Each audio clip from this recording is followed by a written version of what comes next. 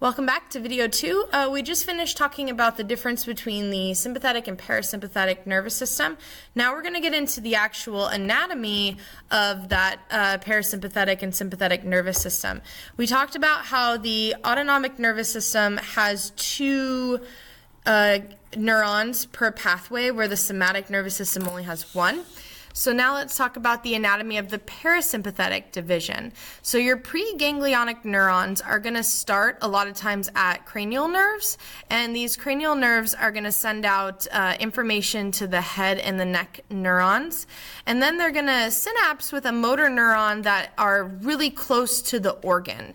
So you're going to have a longer neuron coming out of the cranial nerve, and then you're going to have a shorter postganglionic neuron.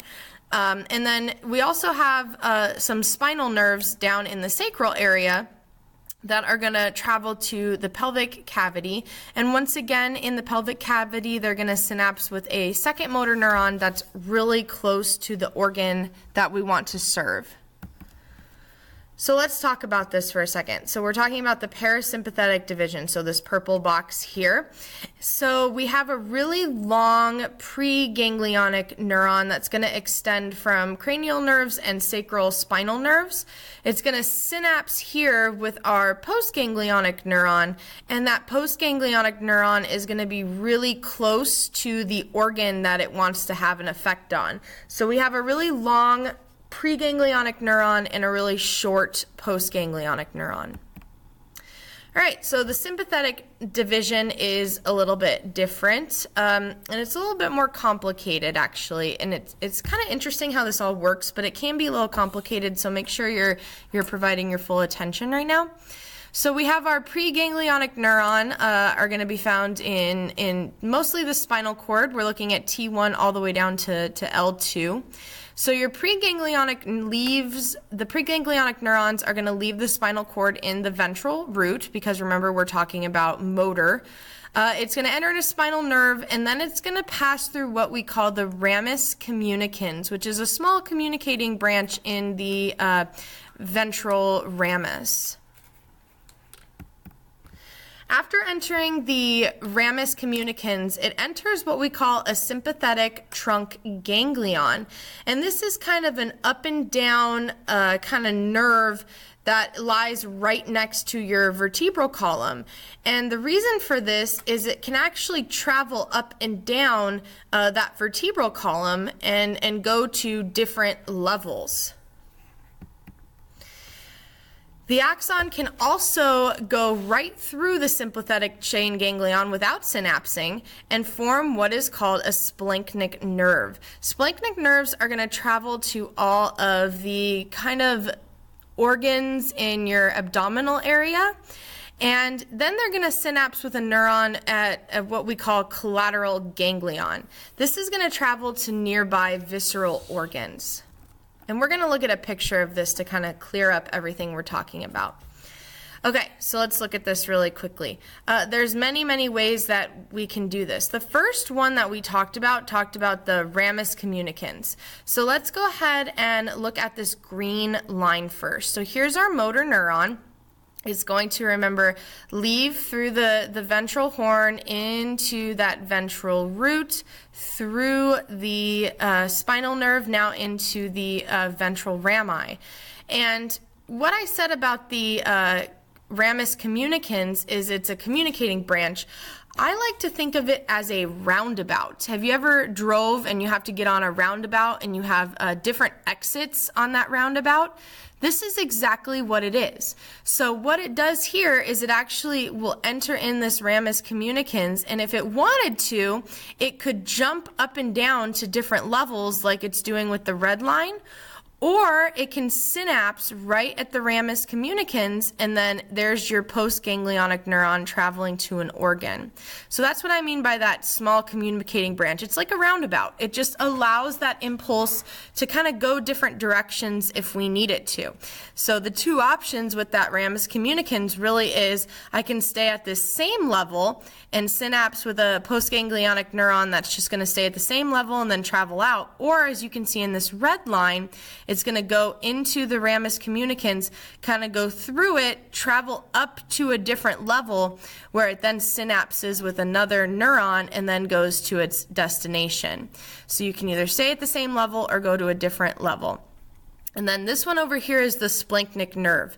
So once again, we're exiting the ventral horn, we're entering into the ventral root, past the spinal nerve, now entering into the ventral rami or ventral ramus.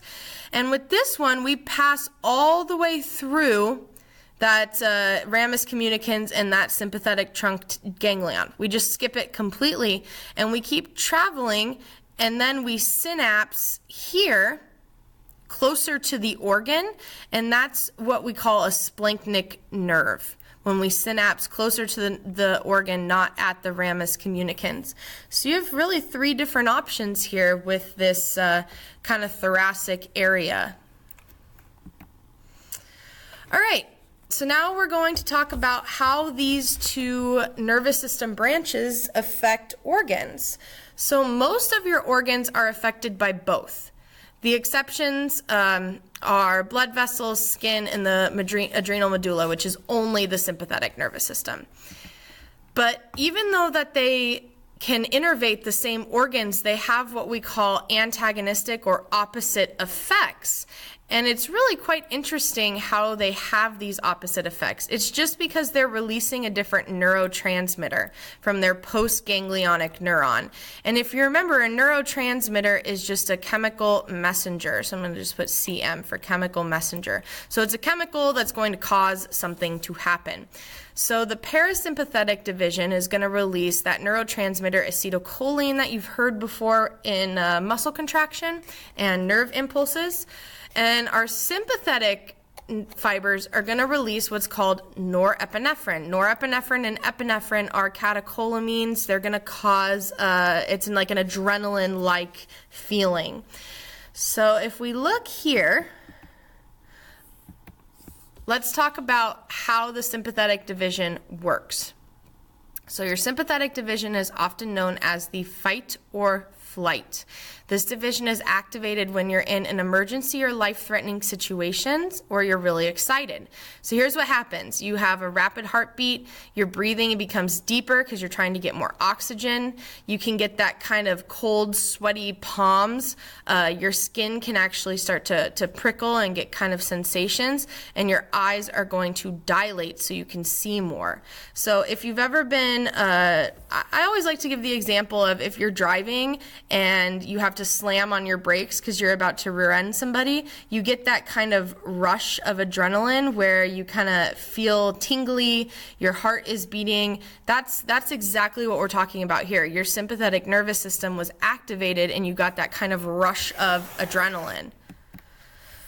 So what else do we see? We see a rise in blood pressure. We see an increase in glucose levels because we want blood sugar to be ready, so if we need to create more energy. Heart rate's going to increase. The bronchioles in the lungs are going to dilate, so once again, you can get more oxygen in. The blood vessels are going to dilate at your skeletal muscles, and they're also going to constrict at your digestive organs. And I want to talk about this for a second because this is kind of interesting.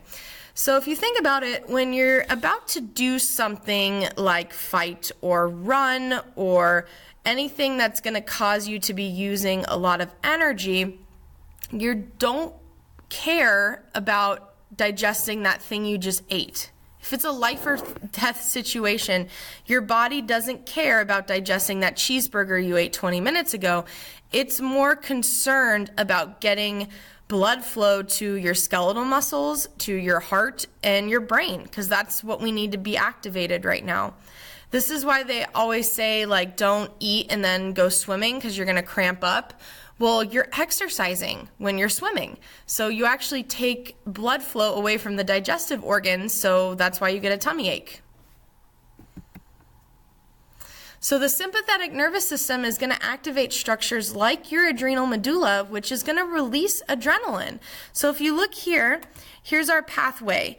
We're going to the adrenal medulla, And what happens is we actually are going to release epinephrine from that postganglionic neuron into the bloodstream, and that's adrenaline. That's what's going to give you that adrenaline rush, is the epinephrine being released from this tiny gland that sits on top of your kidneys that we talk a lot about when we get into our endocrine system. This is just another picture of the adrenal medulla, and you can see how this really works.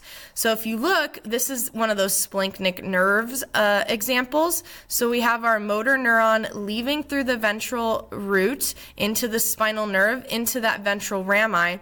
It travels all the way through that splanchnic nerve down to the adrenal medulla. This is where it synapses with another neuron, and then that other neuron releases epinephrine and norepinephrine into the blood, and you have that adrenaline rush. All right, the parasympathetic is a complete opposite. This is when you are resting and digesting. So this is when you're eating food and you're going to the bathroom and conserving body energy. So this is after Thanksgiving when you're really tired and you just want to lay on the couch and do nothing because you just ate a whole bunch of food. So your blood pressure is going to be really low, your heart rate is going to be normal, and you're going to be breathing normally. And that is it, everybody. We have completely finished the nervous system. Give a round of applause to yourself. Finish the rest of your activities. We do have a project that's due. And thank you for watching.